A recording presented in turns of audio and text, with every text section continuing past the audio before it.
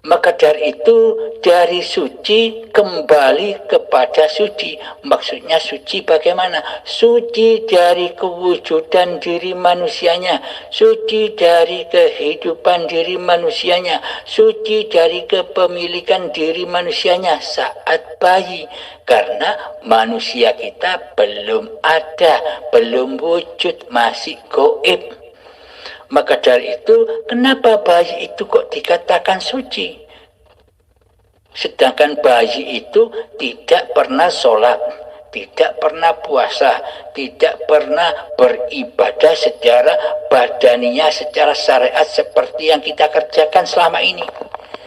Kenapa bayi itu kok lebih suci daripada orang-orang yang merasa dirinya bisa beribadah ribuan tahun, beribadah sebanyak mungkin, ilmunya tinggi, beramal sebanyak-banyaknya. Akan tetapi nilai mereka di sisi Allah kalah dengan bayi yang suci.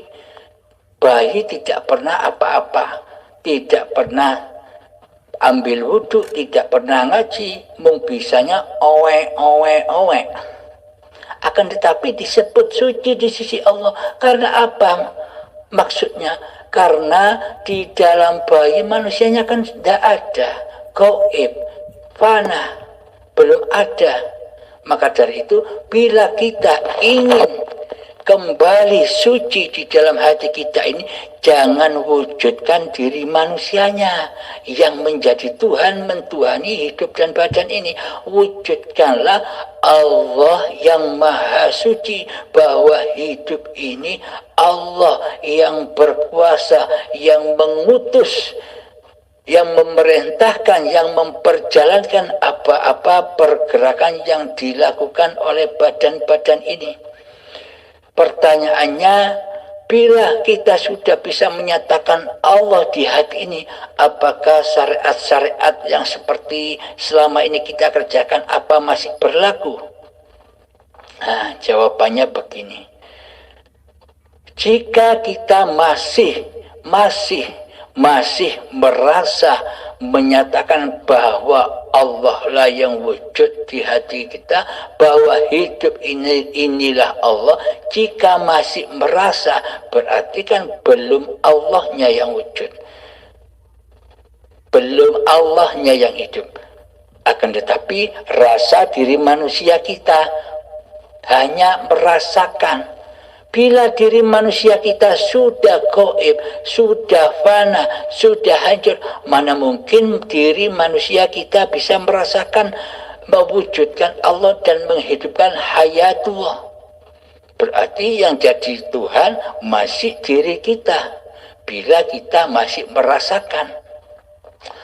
Bila hati kita, bila diri kita sudah tidak merasa wujud lagi, bila diri kita sudah tidak merasa hidup lagi, lah mana mungkin kita bisa bersyariat yang seperti selama ini kita kerjakan.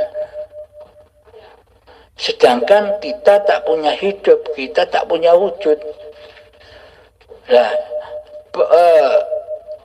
maka dari itu ketika Allah sudah nyata kehidupannya, kewujudannya di hati kita, maka seluruh syariat-syariat yang dikerjakan oleh badan ini sudah bukan kekuasaan manusianya, karena syariat-syariat yang terjadi di dalamnya bukan syariat manusia lagi, yakni syariatullah, yakni af'alullah.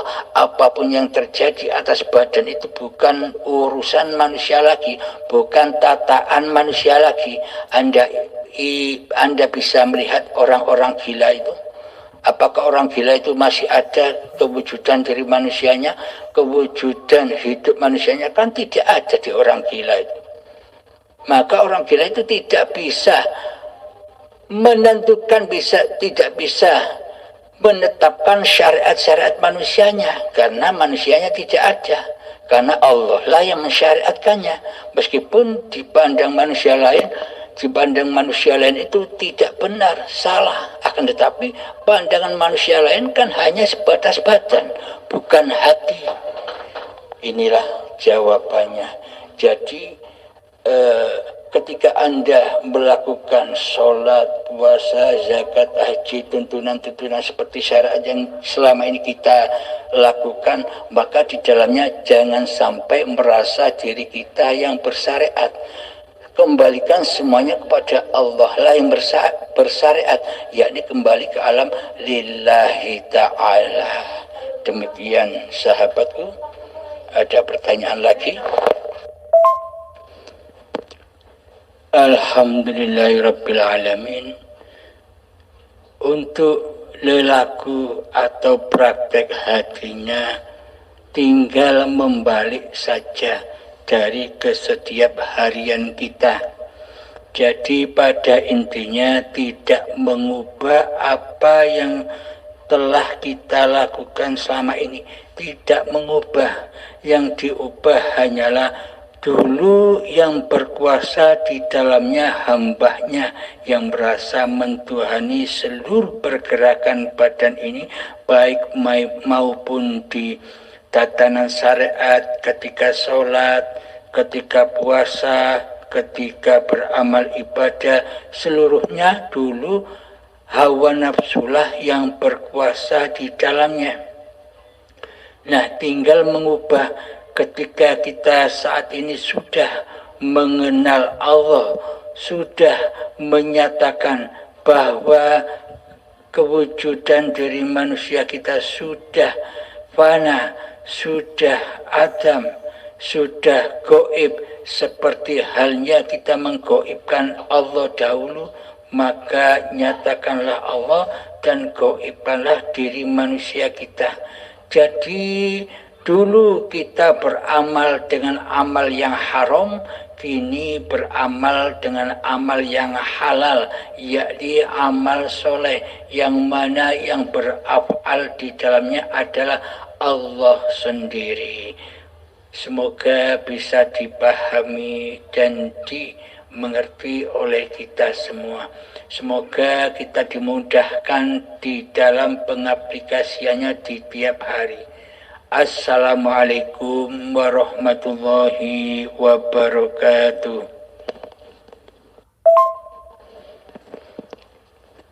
Alhamdulillahirabbil alamin. Inilah yang dimaksud hijrah. Hijrah dari tempat yang gelap, hijrah dari kewujudan manusia kita yang wujud menjadi Tuhan, hijrah dari kebodohan kita, hijrah dari kejahilian hati kita selama ini, hijrah menuju bertemu Allah di dalam fisabilillah. Ketika wujud yang ada, hidup yang ada sudah kembali suci wujudullah, sudah kembali suci hayatullah, inilah hijrahnya hamba menuju Tuhannya dari jalan yang gelap menuju jalan yang terang benderang. Dulu ibadahnya jatuh ke dalam jahanam, akan tetapi kini ibadahnya sampai mi'raj, dunung tajalli kepada Tuhannya. Yang dimaksud dunung, tajalli, mi'raj, wusul itu adalah ketika sudah nyata Allah lah yang hidup, sudah nyata Allah lah yang berkuasa atas diri badan ini. Inilah yang dimaksud tajalli atau dimaksud wusul. Jadi wusul, tajalli, mi'raj itu tidak hanya di tempat yang khusus saja, akan tetapi di tempat manapun, keadaan apapun, di mana saja kita bisa bertajalli di sana. Contoh, ketika kita memasak di dapur, di dalamnya hati sudah nyata sudah meyakini bahwa inilah hidupnya Allah. Hidup Allah lah yang memerankan badan ini untuk memasak. Hidupnya Allah lah yang memerankan, yang menguasai badan ini untuk mengupas-ngupas bumbu di dapur dan sebagainya. Aplikasikanlah seperti hal yang demikian. Luaskanlah ketauhidan kita, ketajalian itu dimanapun kita berada. Karena Allah tidak kemana-mana dan tidak pula kemana-mana. Wa nahnu aqrabu ilaihi min hablil warid. Dan kami lebih dekat kepadamu daripada urat nadimu. Yakni maksudnya aku lebih dekat daripada hidupmu. Maksudnya ketika hidup masih terkuasai manusia, maka gaiblah hidup yang lebih dekat itu. Ketika hidup manusianya sudah kembali ke alam keadamannya, dipersembahkan kembali kepada Allah, bahwa hidup ini Allah, itulah yang dinamakan rojiun. Tamat the end sudah cerita manusia, yakni akhirat, akhir kekuasaan diri manusianya. Di hari kiamat setelah hancur leburnya alam semesta ini, Allah dawuh, adakah Tuhan selain aku? Kata Allah.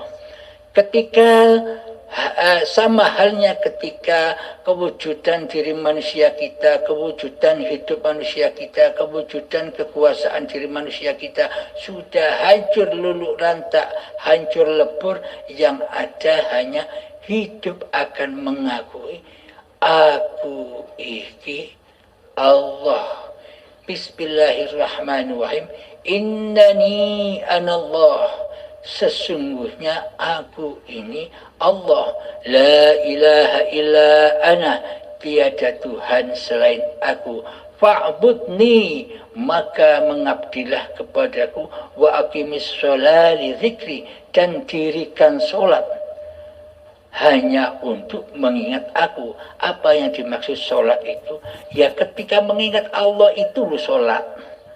Ketika hati sudah mengingat bahwa hidup ini Allah yang berjalan, bahwa hidup ini Allah yang bergerak, bahwa hidup ini Allah yang memasak, bahwa hidup ini Allah yang bekerja, bahwa hidup ini Allah yang memakankan badan, bahwa hidup ini Allah yang meminumkan badan, bahwa hidup ini Allah yang mensolatkan badan, bahwa hidup ini Allah yang mempuasakan badan.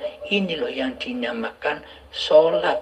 Yakni selalu ingat bahwa hidup ini Allah yang memerankan, yang mempergerakkan badan-badan ini. Inilah yang dimaksud wakil-wakil Allah. Inilah yang dimaksud khalifatullah. Inilah yang dimaksud wali-wali Allah. Karena hakikatnya seluruh manusia itu adalah wali-walinya Allah, akan tetapi sangat amat langkah manusia yang hendak pemahaman bahwa dirinya adalah seorang waliullah. Hidup yang dihidupi oleh Allah, bukan hidup sendiri. Demikian para sahabat. Assalamualaikum warahmatullahi wabarakatuh.